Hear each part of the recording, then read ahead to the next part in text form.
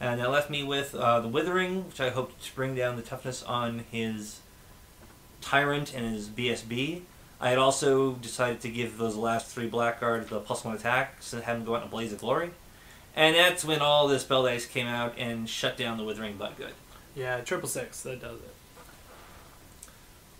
So here's all that combat. As you can see, the Iron Guts came darn close to wiping out my Dark Riders on the side. I think my Hydra whiffed entirely when it came to wounding. And I think we got 1 or 2 wounds from the people on the side and managed to kill off 1 guy. Or just enough to do 2 wounds. See 2 guys pitched over there. But enough in any case to win the combat and this time have the Ogre flee to safety. So neither one of us really hot on pursuit in this game. Yeah, I'm surprised you didn't pursue with your Dark Rider. I'm not sure why you didn't.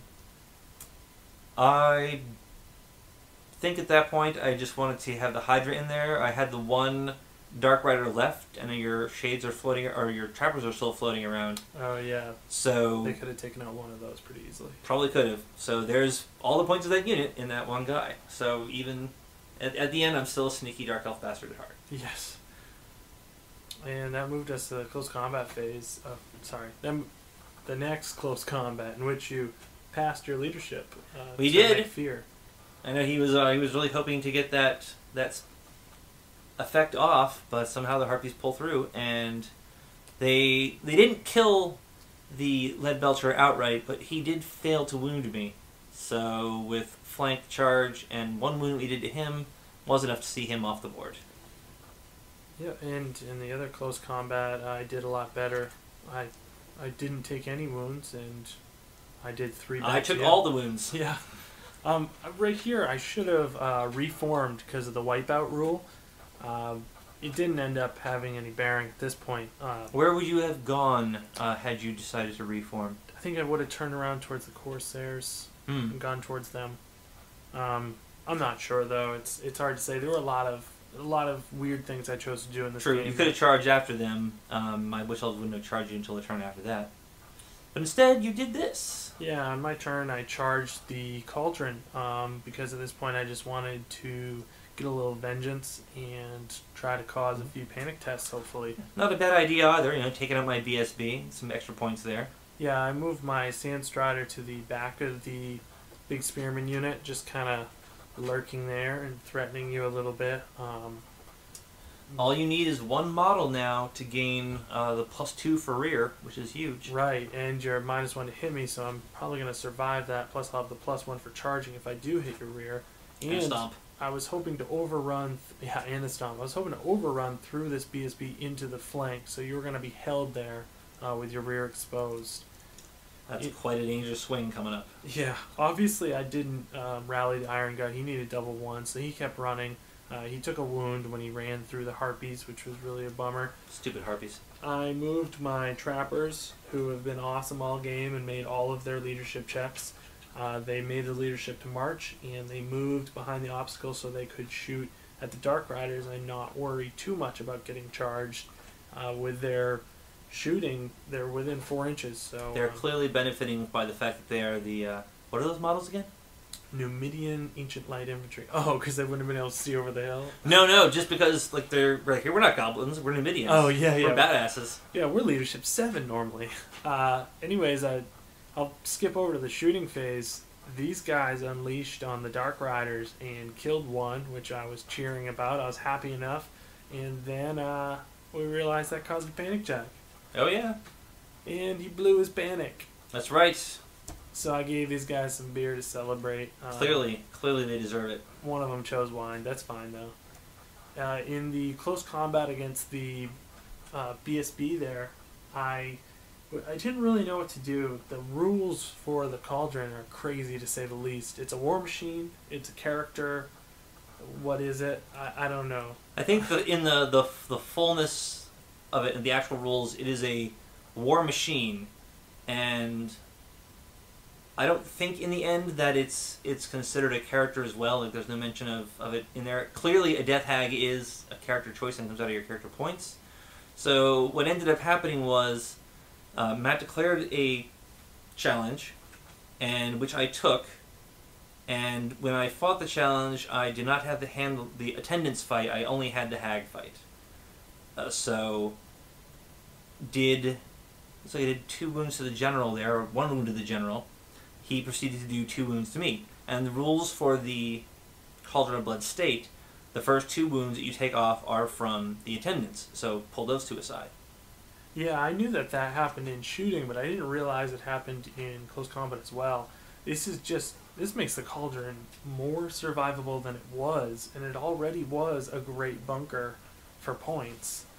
It was just ridiculous. There wasn't a lot I could do. Had I not declared a challenge, there would have been another 6 attacks coming at me that were poisoned. So both of your characters there are pretty low on wounds, and they're both T6, so they're both really strong, but the poison just ignores that entirely.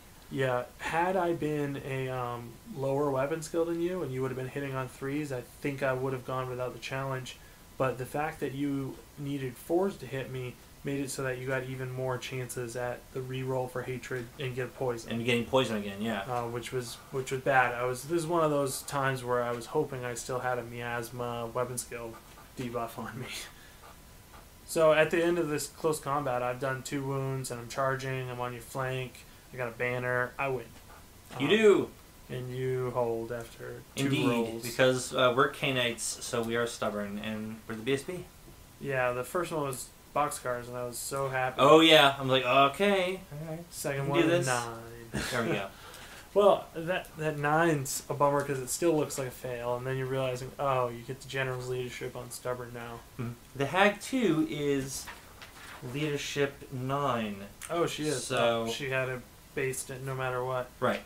I guess this is one of those times I wish the butcher was there with his great skull, right? Yep. Or not his great skull, skull mantle. Although I don't think that would affect a break test now that I think of it. Well, the shot of the harpies, that looks nice. Yeah. Really picks up the contrast on it. This is your turn. So yes, once again, the harpies, who have hated these guys so much, charge in, and he says, I will hold. We're behind the wall. We will serve you guys up. And we got some Dark Riders moving in back there to keep an eye on things. This is turn 6, as I recall. So the harpies that are back on the hill don't do much. The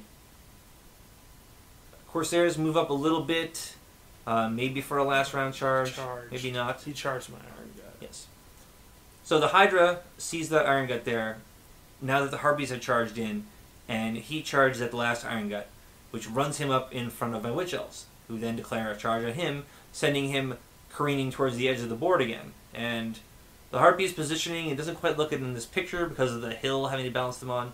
The harpies cannot charge him a 3rd time and see him off the table, which is a really cool thing you can do now in 8th if you have your troops set up in a good position to really get someone off the board where they'll be worth points. As it is now, he has a chance to rally. With the Corsairs there, moving around.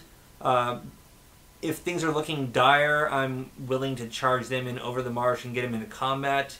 Maybe challenge with my level 4 and count on the pendant to save her. I don't think you have another turn left at this point. I don't. Not that. But you know, it's a good thought. Just in case. 8, turn 7. You never know, man. That's right. Yeah, and so their reposition. That's the only thing that happened. Yeah, the spears, who have converted from Corsairs, but they all plainly have spears, so there's no confusion there. They turn so that if things do go sour, they'll take a charge in the front and keep their ranks. I've got the character in there and a champion, so if there are challenges that come out, my plan is to take it with the champ, lose a lot because of the tenderizer, but my BSB, or my master, can hopefully cut down his BSB, or the spears can get some wounds in there and get the job done. The last turn of magic. I roll really good for my Power of Darkness. Matt tries to stop it with no success, which maybe is a... Why did you throw on that when I had a 15 to cast? Well, you were rolling, and I was shaking the dice at the same time because I knew I was going to throw my dice at this spell, and you let go, and I let go. Oh, right. I didn't wait to see what you were rolled. just saying, all right, whatever it is, I'm getting rid of this one, and then boom, yeah. it just... Okay. Yeah, definitely should have held those 2 dice, especially since I could have stopped at the very end Miasma, which actually had a pretty big effect. Yes. But I didn't. Oh well. I took a shot here at the Penumbral Pendulum again, trying to take out that last Yeti, but he's a feisty bugger, so he got out of the way. Initiative 4. It's probably the most survivable thing in my entire army It's against Lord Shadow. Totally doing cartwheels, ninja flipping over it. He's like, what do you got? Nothing. And lastly, the Miasma again, which is such an awesome multi-purpose spell. I mean, weapon skill, blitzing skill, all really important. Initiative now, really important, so reducing that. Movement, you know, that turn when I dropped your movement down by 3, it meant those guys weren't charging, and they really couldn't shuffle and remaneuver much, so great, great spell, and cheap, too. So, finally, the Harpies get their job done, and they bring down those last few trappers. It took them a long time, girls, but you finally came through. You've come a long way, baby. Yeah, well, I shouldn't have held here. I should have fled and hoped for that leadership check again, because they've been doing so well on leadership the whole game. But I wanted to hold just because I was sick of running at this point. It is also possible, had you fled and I failed to charge, might have been in the way of the Hydra, keeping it from charging at the last Iron Gut. True. So, in the other close combat, my Tyrant was dead pretty quick. Yeah, there's something missing from this picture. As it turns out, the high initiative on the Hag, you know, she got 1 poisoned through, and at this point, Matt only has a 6-up save because of the heavy armor on the Tyrant, so down he goes. And the combat, though, is a draw, so everybody just hangs out. Yeah, in this list, I really emphasized toughness as my means to survivability, and didn't go for ward saves or armor saves, really. And against poison, it's brutal. A lot of times, that will put you in pretty good stead. This was just one of those, like, almost rock, paper, scissors moments. With, right. I hope I don't have something that bypasses my high toughness. Yeah. Crap. And hope they don't have something that takes advantage of my low initiative. Crap. Well, he passed the turn, and there wasn't really anything left. We really should have ended the game already, but we wanted to see it through to the end as it was a report. So I charged my Yeti into the cauldron, and obviously I made it in. The only thing I was hoping to do here is get the +1 for charging and make him -1 to hit me because of the Yeti's frost ability. In the close combat, I only took a wound on the Yeti and put back a bunch on the BSB. Oh yeah, down she went. Yeah, more than enough to kill her. And then my guys, you can't see it in the picture, but they are cheering and yelling. Because I knew at this point that I had really won the game in my own heart. That's that final victory there, the little bragging rights for the BSB going down. Yeah, victory resides in one's own heart, I think.